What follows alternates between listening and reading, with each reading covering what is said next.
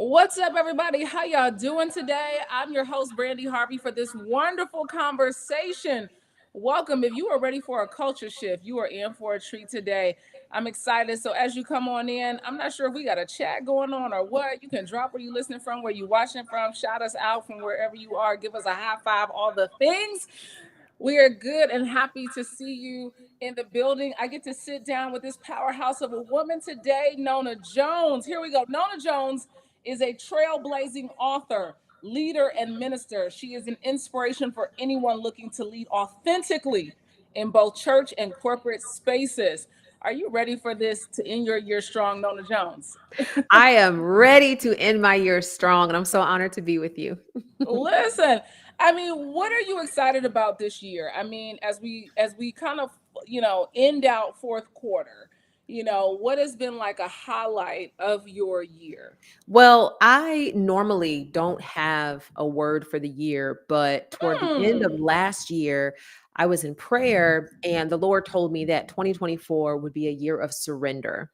And I didn't quite know what that meant, but shortly after that, the Lord led me to resign from my job, which I absolutely love my job. And so that was like a what type of thing. Wow. But in doing that, it really opened up just so many unexpected doors for me that in surrendering to God, I just saw the fruit of what that looks like in my life. And so I think the highlight for this year is that God has proved himself faithful. He has enlarged my territory in ways that I was not planning or expecting or even desiring. Hmm. And so, yeah, ending this year strong for me is just ending this year in a posture of surrender. And God has been good. Okay, so you got to tell the audience what's one thing you had to surrender this year. Woo! Okay, we're gonna go there. So I think, to be honest, the thing that I had to surrender the most was my identity.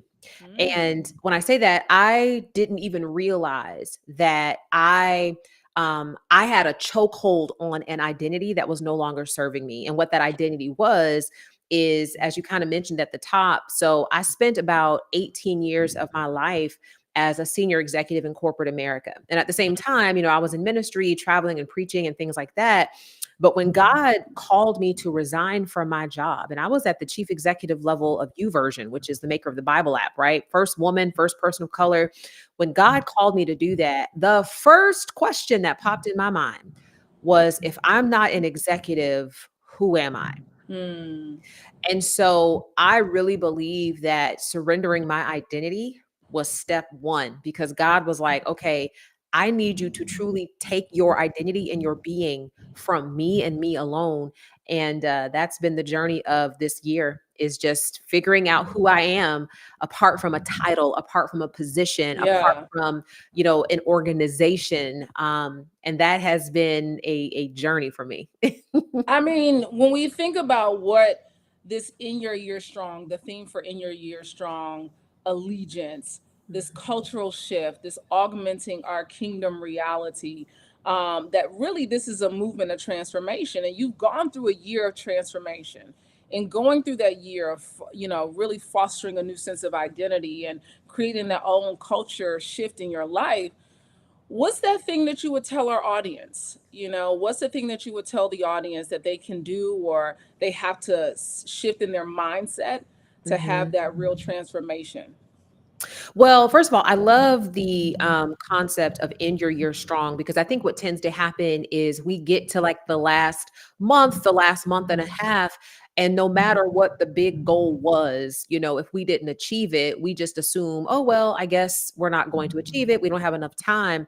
But I encourage people to remember that our God is the God of suddenly, right? Like, Hmm. he doesn't need a lot of time to do something huge. Yeah. And so I think I would encourage people just to understand that while there is still year left, there is still runway for God to do something amazing. And don't lose hope. Don't think that just because, you had a huge dream in your heart that didn't come to pass, that somehow, because you only got so many days left, that it's not going to happen. Yeah. If it's God's vision, if it's God's will for your life, honey, he could do that thing in a minute. You know what I Yeah. mean? And so I would just hope that as people think about even that theme of ending your year strong, you understand that that just means that there's still time left. Don't give Yeah. up. Don't throw it Yeah. away. 2025 ain't here yet. 2024 can still be a record breaking year, and we have to hold on to that. It can still be a record breaking year. Now you're going through your own identity, redefining what your life looks like outside of corporate spaces, what it looks like in ministry. And you've talked about very openly, even your book, you talk about rejection. The gift of rejection reveals people's role in your life. And so there are a lot of people over this last year, they suffer some deep rejection, they suffer some great Mhm. loss in their life. What is that thing, when we talk about the gift of rejection, what what is the real gift that you've gotten from being rejected in spaces? So let me first say, and I'm going to acknowledge this because when I titled the book "The Gift of Rejection," and people hear that, they're like, "What do you mean the gift of rejection? Rejection ain't a gift." But I What want is to that? acknowledge it's true. Rejection is painful, but pain is just the wrapping paper because the gift is on Hmm. the inside. And what the gift is it's the lessons that rejection will teach you about yourself, that it will teach you about other people, that it will even teach you about God. And when you talk about the gift of rejection revealing people's role in your destiny, I think what can happen, and I'm sure those who have experienced rejection this year can attest to, when someone rejects us, our first instinct is to kind of turn inward and be like, what did I do wrong? How Yeah. can I make them stay? How can I fix the situation? But the gift of somebody walking away is that they're actually revealing to you that the role they were playing in your destiny has come to an end. And so you can try to hang on, you can try to beg them to stay, you can do all of that. But one of the things I talk about in the book is how there's essentially two types of people in your life. There are those who are attached, and then there are those who are assigned. So when a person is attached to you, they're connected to you for as long as the relationship benefits them. As Yeah. long as you're, Yeah. channeling benefits in their Yeah. direction, they are going to be along for the ride. But the moment you stop, you'll notice them start to detach, right? Like the responses to the text start to get slower and slower, Yeah. or Yeah. Yeah. Yeah. you're not hearing from them as frequently. That's because they were attached. But an assigned person is not in the relationship for what they can get out of it. They're in the relationship for what they can contribute to it.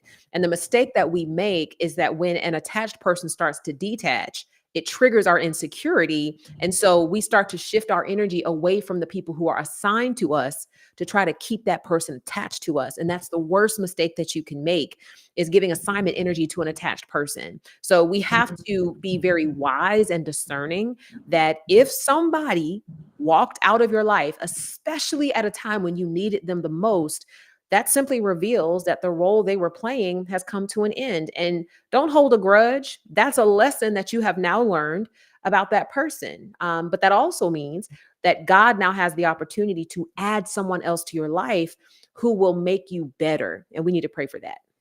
Ooh, Nona, now wait a minute. Because there's somebody out here, Nona, who is like, not my baby daddy. My baby daddy was assigned to me, and he been attached to me. We got a whole baby. I gotta Uh, listen, my husband, my wife, all the things, right? So mhm. what do you say to those people who feel like these relationships have defined maybe a decade of their life, maybe 20 years of their life? Yeah. And you're saying they might not just be assigned to you. You got to Yeah. move on and don't hold a grudge. That might be real difficult. Yeah, so I'm going to tell you, when I was in business school getting my MBA, there was a course on economics that was taught that I thought was so powerful. And one of the things that the professor talked about was this idea of what we call a sunk cost. So a sunk cost is something that you spent that you can never get back. And what we tend to do is we'll make future decisions based on how much we spent in the past. But those are costs that you can never get back. Like, you can never get that time back. And so what I encourage people to do is don't make a decision about your future based on how much time you spent in a relationship in your past, because you can't get that time back. If the relationship is not serving you, if it is actually diminishing you, that is a sign that it is not healthy. And that is a sign that there's an attachment involved. I also tell people, as difficult as it is, you should never allow the fact that you share DNA with somebody to keep you in a situation that is not healthy for you, because we do that. Like, we'll guilt people. I'm a victim of mother wounds, right? And so I've had Ooh, people tell me for years, like, I can't believe you don't talk to your mom. It's like, well, you can't believe that because you're not the daughter that I am, and you didn't yeah, experience what I've yeah, experienced. And yeah, so you have to protect yourself, because when there are people who don't have your best interest at heart, they will protect themselves, not you. absolutely, Yeah. absolutely. I mean, that's so good. I think even when we talk about mother wounds, we talk about father wounds, we think about Mhm. our relationships as we're even headed into this holiday season. And by the time the conference gets here on December 6th through the 7th, by the time we get here, we done already hit Thanksgiving. Yep. We about to be steamrolling into Christmas, and many people don't know how to make that break to say, Mhm. well, wait a minute, I gotta show up. I gotta do this because this is my family and this is the only mother and father I have. And honor thy father and thy mother, for their days shall be long on the earth, and all the things, right? Mhm. What would you tell to those people who still were like, yeah, Nona, I hear you, but I'm not there yet? Okay, so I know that we tend to spend a lot of time, just as a society, and especially in the church, we spend a lot of time talking about forgiveness. When someone is repeatedly hurtful, we will say things like, look, you got to forgive, you got to forgive, you got to forgive. And that is true, but a healthy relationship is actually two sides of one coin. On one side is forgiveness. Forgiveness is the recognition that I'm going to release my offender because that releases my future from the pain of my past. So, Yeah, forgiveness really is a gift that I give to myself by releasing my offender from them owing me an apology. Now, that said, on the other side of the coin is repentance. And we don't talk about that. We just tell people, you got to forgive, you got to forgive, you got to forgive. And at the same time, to have a healthy relationship, the offender has to also have a heart of repentance. And a heart of repentance recognizes the wrong that they caused and yeah, commits to never doing it again. All right. So if you want to have a healthy relationship, you have to have equal parts forgiveness and repentance. And in the absence of either, you can't have a healthy relationship. And so when you go into the holiday season, and maybe your people are guilting you into going to something with someone who's not repentant, you have to make a decision, because forgiveness does not necessitate access. I yeah, can forgive you and not give you access to me because you're not safe. And so I mm, do think that we have to be willing, and it's hard, for sure it's yeah, hard, yeah, but I would also offer this, and I had to learn this in my own journey. Anyone who wants you to keep subjecting yourself to hurt and trauma from an unrepentant person, and they're guilting you about that, I can promise you they do not love you. There is no way that you can love someone and know that they're hurting and tell them, but keep being hurt, keep being hurt. yeah. Why? So we just have to be willing to have those hard conversations and make those hard decisions. Making the hard decisions, we can't take things personally, but purposeful, as you said Mhm. before. You Mhm. said you will never get invited to a table God expects you to build. Yep. And so I think even when we look at our relationships, right? I think Mhm. that covers, like, really runs the gamut on all different areas of our lives. So Yeah. talk about that, because you mentioned that, I think one of your lives you did, one of the videos that I've seen on your Instagram, you will never get invited to a table God expects you to build. Yeah, I think sometimes we spend our life waiting on invitations. And some of it is about ego. I mean, if we're honest, we're waiting on an invitation because we want somebody else to see our value. But sometimes you won't get invited because God literally created you to build the table that you're waiting to get invited to.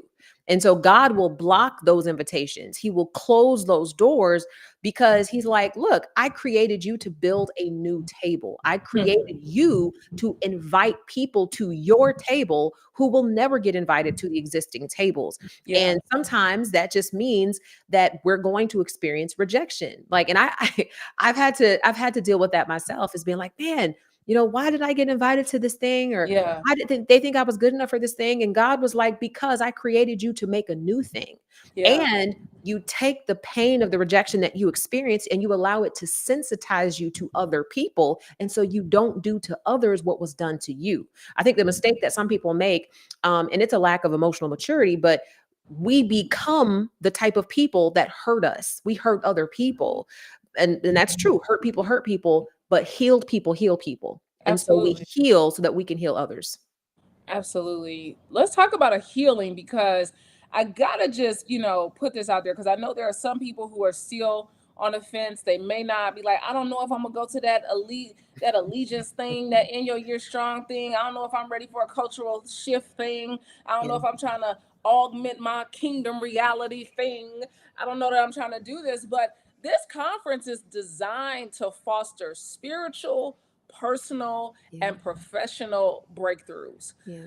I want you to tell the audience that moment that you had either your biggest spiritual, personal, or professional breakthrough outside of when you walked away from corporate. Man, gosh, there's been so many, but I will tell you one, and it's interesting how this one in particular worked. So I never thought of myself as a preacher or a speaker. My vision for my life was just the corporate track. Like I never imagined that I would be traveling the world speaking. But some years ago, I got invited to speak at a really, really large conference, and it's one of those things where I didn't know the host. Like the host is internationally known. I did not know the host. Somebody recommended me for it.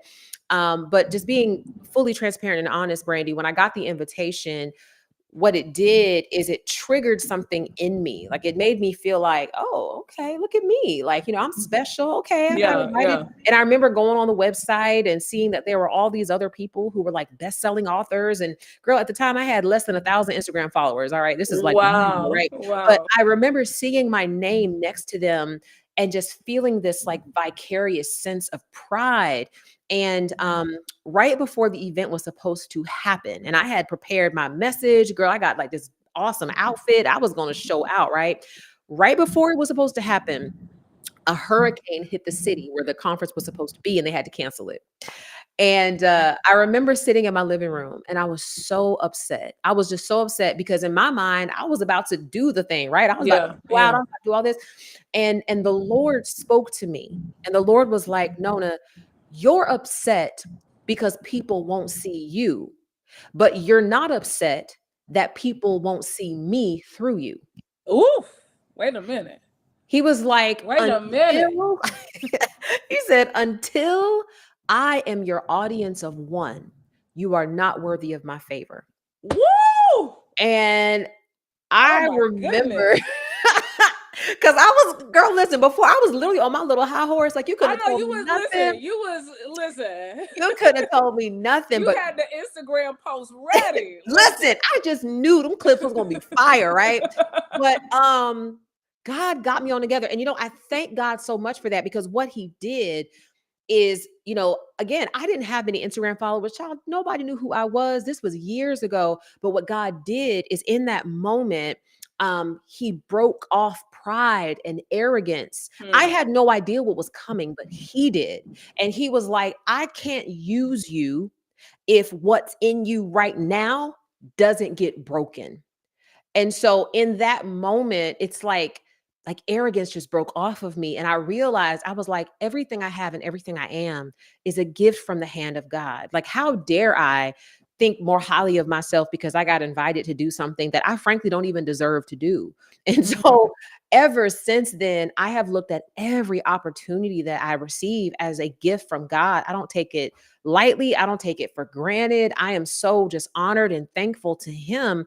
And I thank God for that because, and you may know this too, but I've met some people who are extremely arrogant in their success. You can't tell them nothing. But the revelation God gave me through that is he said, success doesn't change you, success reveals you.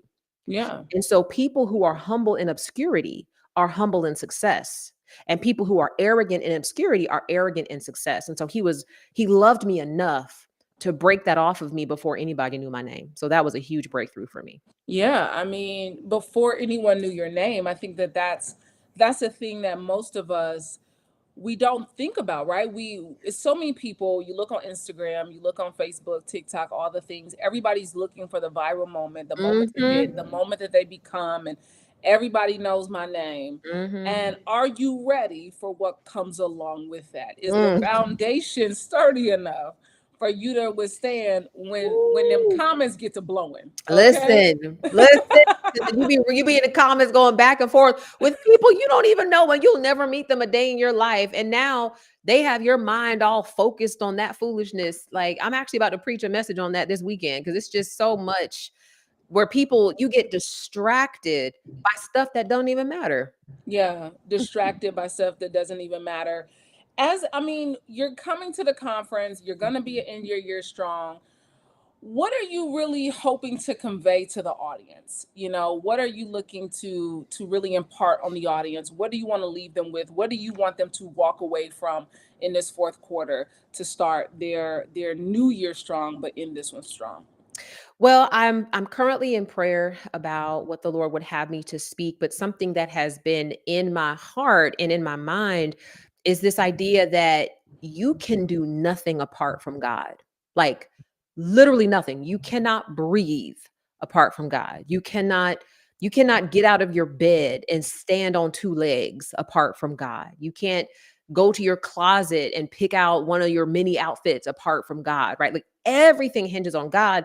And so something I've been thinking a lot about is just how do we stay in the presence of God? And then what are the things that prevent us from being in the presence of God? Going into next year, I think that's going to be more important than ever that we understand how to get in and stay in the presence of God. Because even as we have all these big dreams and goals and hopes for our lives, every good and perfect gift comes from above. And Yeah. so that's kind of where my heart is right now. We'll see where I land, but I'm thinking that I just want to equip people for how to get in and stay in the presence of God and make sure that you truly receive the favor of God. Because here's what I know, Brandy: favor will take you places that hustle never will. Come on now. I Listen. I look back over Listen. my life and the things that I have experienced, and there is no reason why I should have done 80% of what I've done. There's no reason apart from the favor of God. And so that's what I'm thinking I'm going to convey, but we'll see what God decides. How to get into the presence of God. I want to tell people, because we are kind of moving through this interview, we're kind of at the halfway mark. And I want to remind people, I know they're going to play a commercial soon, but the allegiance is happening. The cultural shift is happening. We are augmenting our kingdom reality December 6th through the 7th at In Your Year Strong. And we have a special offer for you guys. So if you haven't registered already, this is your chance. You can use the code Give Thanks for your 30% discount off of registration. That means you need to share this, tell a friend to tell a friend. Okay. You need to get your home girl. You need to get your boy. Y'all be talking about these girls trips and all these little things. This is the perfect time for you to get together. You are gonna be designing yourself and setting yourself up to have a spiritual, personal, and professional breakthrough all before the end of the year. And so what you got planned for the holiday? Nona, you have children, because I saw you just posted you did a duplicate photo of like your baby from like 9 years ago. So what you got going for the Yeah. holidays? Well, I host for Thanksgiving, and so I'll have everybody at my house. We also have friends coming in from out of town. We also host people at our church who maybe don't have family locally. So my house is going to be full of a lot of people. Oh wow. But it's always a fun time. Like, honestly, that's my favorite time of the year Yeah. because I love to cook and I love to just hang out with the family. And so I'm looking forward to that. But yeah, in Florida, usually it's warm, and so we Yeah. might be getting in the pool on Thanksgiving. We'll see what happens. I love that for you. Like, I love that. Atlanta, I live in Atlanta. So you start off the day in Yep. like frigid Yep. temperatures.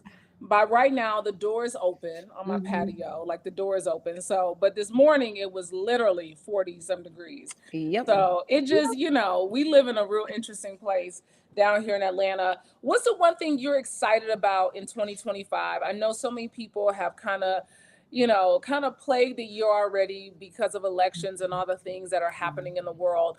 But what are you excited for? What are you looking forward to in this new year? So I am kind of restructuring my business. I have a business that works with high capacity women, whether it's through coaching, leadership development. But we're restructuring the business. It's called Inside Out Leadership. Working with corporations, and we're going to be launching some new programs because I think traditional leadership development programs really focus on like the tactics of leadership. For example, time management, but what we do with Inside Out Leadership is our mission is to help high capacity women live on purpose and healed. And so, for example, we'll take a question like, how do I manage my time better?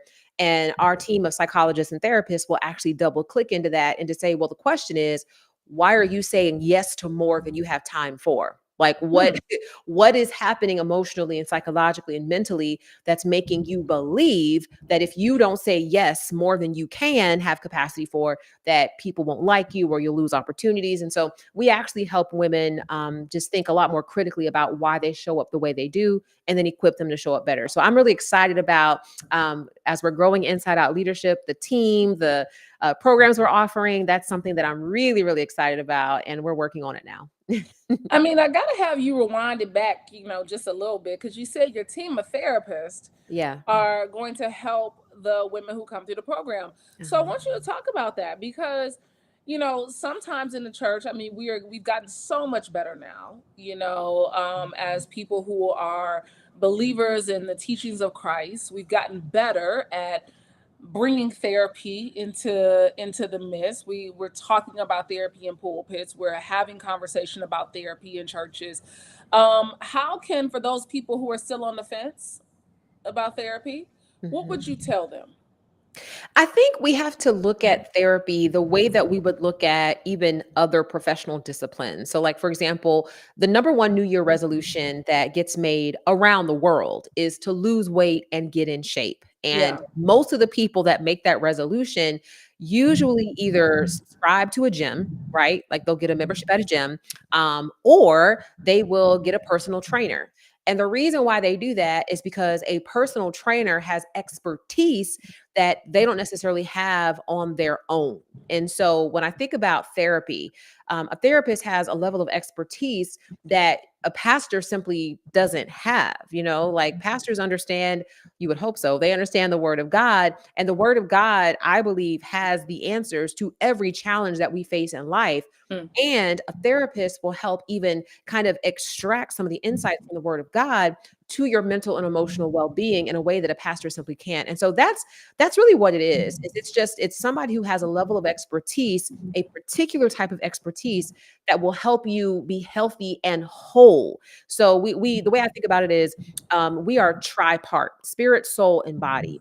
Our body, of course, is the physical container in which our spirit resides. At the intersection of our spirit and our body is our soul, which is our mind, our will, and our emotions.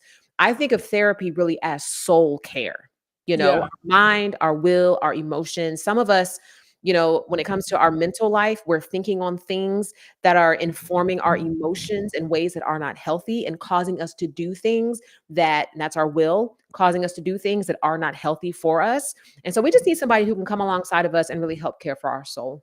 Yeah, to care for our soul. How has therapy impacted your relationships, or how you do business, or how you engage in ministry? When did you begin your therapy journey?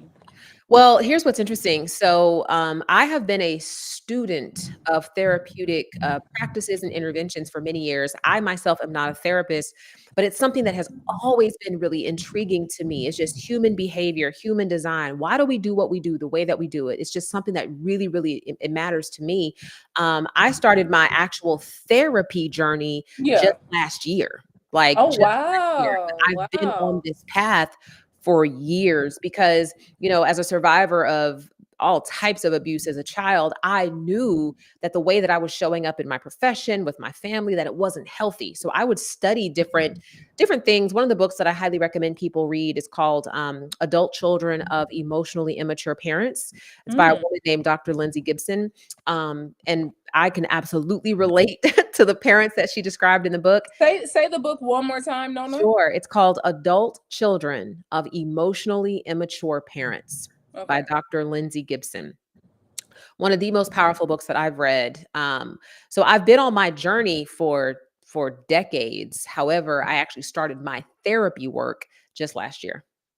Oh wow. How's that been for you? How has it helped you? How has it helped elevate the way you do ministry? Has it helped elevate you as a mother, as a wife? You know what's funny is I remember when I walked into my psychologist's office and I did like this 3-4 day intensive because my life is just so busy that I don't necessarily always have time for like the weekly or monthly check-ins. So I did this intensive and I remember when I walked into his office and I was sitting on his couch, I remember thinking, I was like, I've done so much work. I don't even know if this is going to be helpful. And girl, he went through like the preliminaries, just telling me about like Yeah. mandatory reporting and all that stuff. And then he was like, "So tell me, what brought you here?"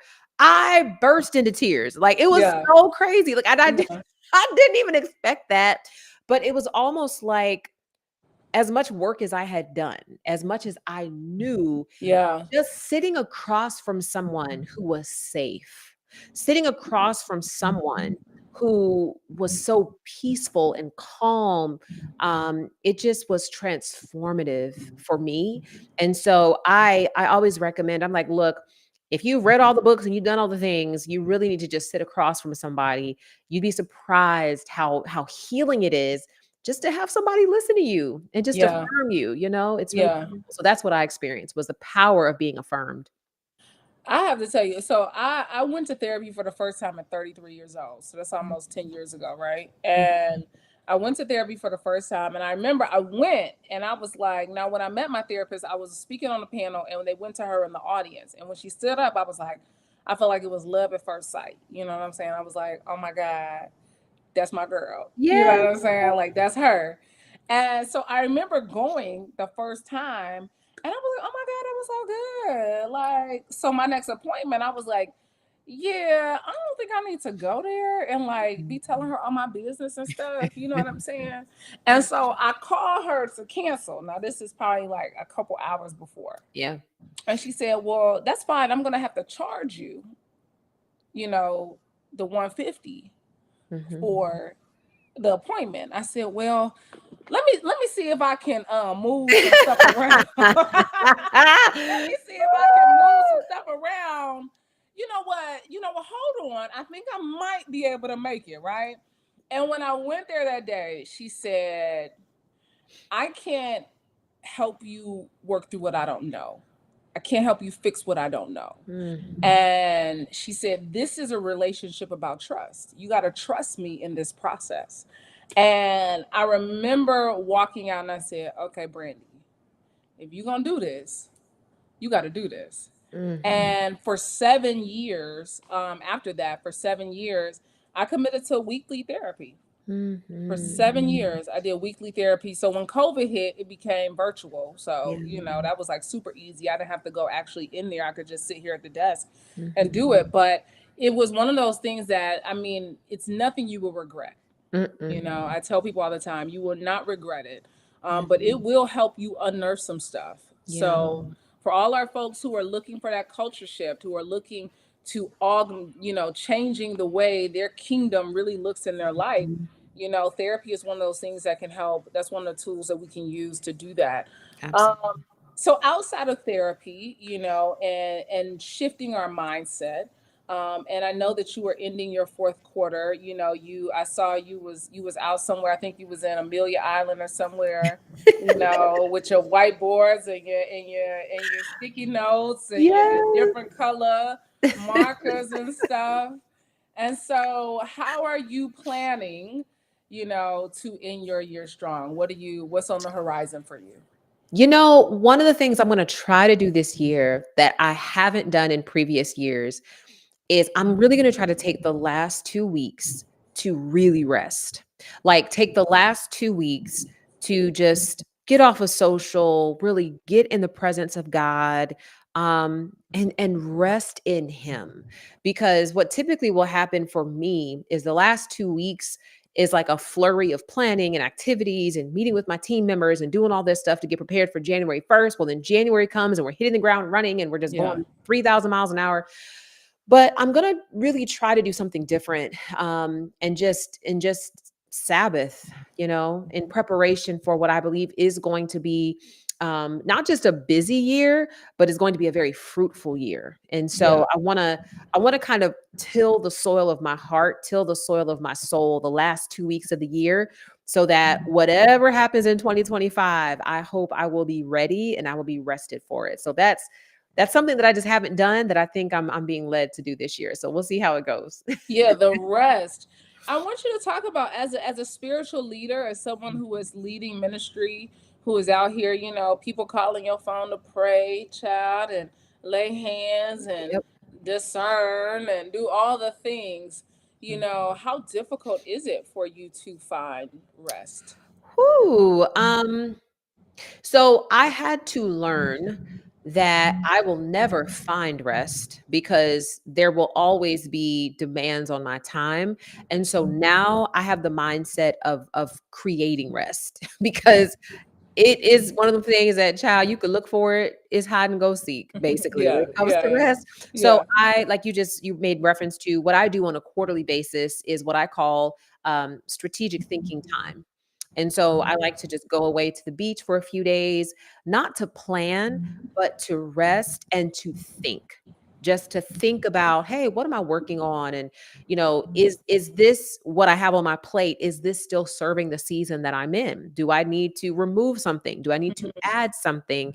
It's just a good time to do like a bit of an inventory of my life, but I like to do that on a quarterly basis. And this year, though, I think I only did it maybe twice because I Mhm. had a book, The Gift of Rejection that you mentioned Yeah. earlier, that came out in October. So I was running like 3 million miles an hour. But going into next year, I am absolutely building that rhythm back. And I'm doing it intentionally by putting the dates on my calendar now. Yeah. So nothing Yeah. can be scheduled over it. Yeah, you said intentional about it. What are you intentional about for yourself? Not the Mm. ministry, not the kids, not all the other things. What are you being intentional about for yourself in this season? That's a good question. One of the things I have tried to be intentional about is my health and fitness. And what I'm noticing, and this is another reason why next year I'm really kind of taking a step back when it comes to speaking and travel. This year was so intense that I really got off of my health and fitness regimen. Like about, I don't know, 11 years ago, I was 100 pounds heavier. And I decided that, Wait, what? oh, yeah. I was 100 pounds heavier, girl. I was almost 300 pounds. I was like 276 pounds. And Wow. I was just chronically in pain, chronically fatigued. And I decided to get in shape, just start working out and eating right. And so normally I would do like 2 a day workouts. I would eat, clean. But with travel, like, I couldn't always work out consistently. The food options weren't always the Yeah, best. absolutely. So, girl, I got on the scale a few weeks ago and that thing wasn't looking good. And so I said, okay, I got to get this figured out. But that's part of self care for me, really is Yeah, health yeah. and fitness. And so I'm looking forward to being able to just have that as my more consistent regimen as I pull back on travel a bit. Listen, I tell people all the time, you know, God got a blessing with your name on it, but sometimes He might require you to run to go get Listen. it, and some of y'all ain't gonna get it because you can't run. Oh, gosh, Listen, run it's a and not blessing with grow your name weary. on it. Listen, but He just might require you Yeah. to run. Yeah. To Okay. put a little pep in the step. Listen, so as we begin to close out this interview, I always ask people, on my show, I always ask people one word that they're committed to in this season of their life. So I want to ask you, what's the one word you are Woo. committed to in this season of your life? I think the word is humility.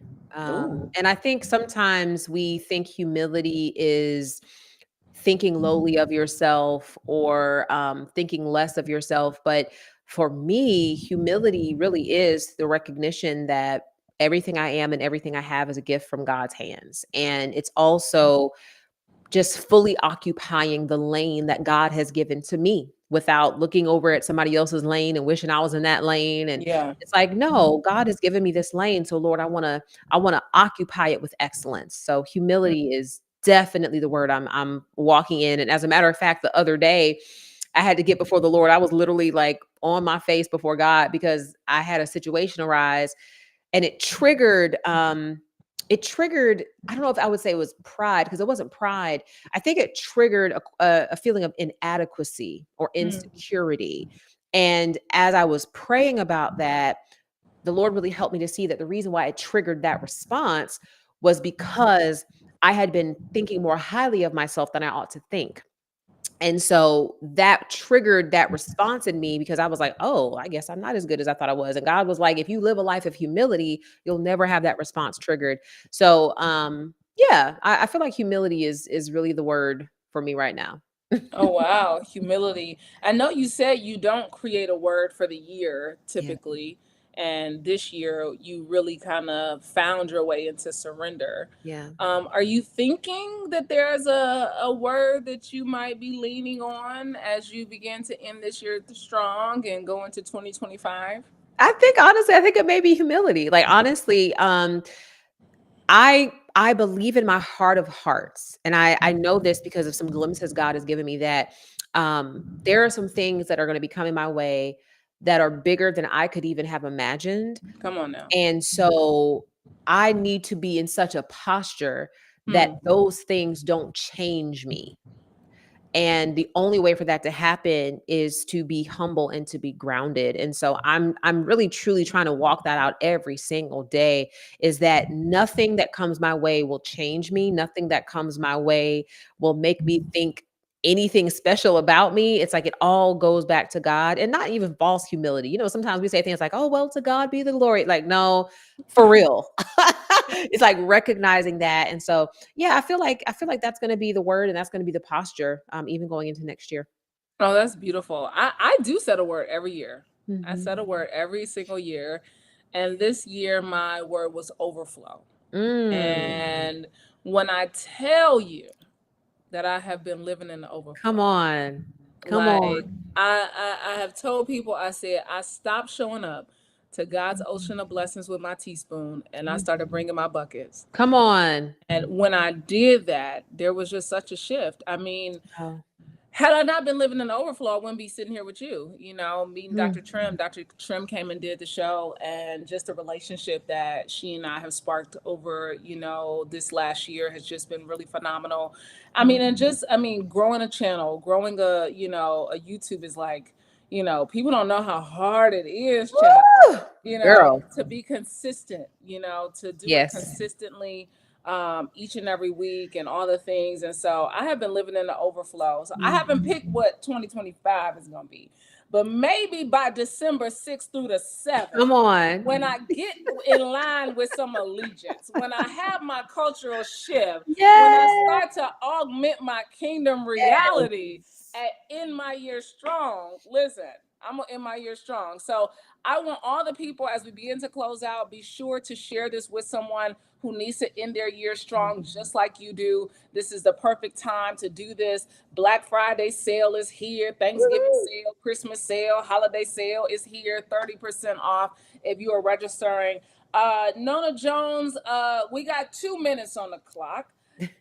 If you could leave them with one thing to give the audience an appetizer for the main course Mhm. that you are going to give them December 6th through the 7th in your year strong, what would it be? Man, I think it would be the encouragement that God has been giving to me. And that is, you have no comprehension. Like, you literally can't even conceive of what God has in store for those of us who are faithful to Him.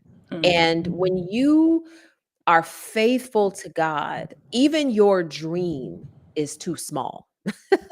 Like, even your biggest hope it pales in comparison to what he has in store for you. And Come so on now. my encouragement, I think, to everyone is simply this, is just to trust God and be faithful. My entire life has been one big faith walk, and I can tell you, God has never failed me. Something that I noticed when I was reading in the book of Genesis, in the creation story in chapter 1, is it talks about how, God spoke into nothing. And we think that there was literally nothing there, but it said that he said, let there be light. And when there was light, that light actually revealed that there was something already there. And so the light enabled him to separate the lower water from the higher water. It allowed the ground to be revealed. He didn't say, let there be ground. He just said, let the water draw back and reveal the ground. So it was already there. And so my hope is that we will just trust God, because he can do inconceivably more than we can think or imagine. That's my encouragement. I mean, we are looking forward to seeing you in your year strong, Nona Jones, more than we can conceive or imagine. We are looking forward. So, thank you so much for joining us this evening.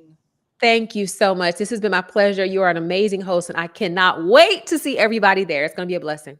Thank you so much. All right, you guys, clap it up for Nona Jones. Nona Jones, thank you so much. We will see you December 6th through the 7th here in Atlanta for a cultural shift.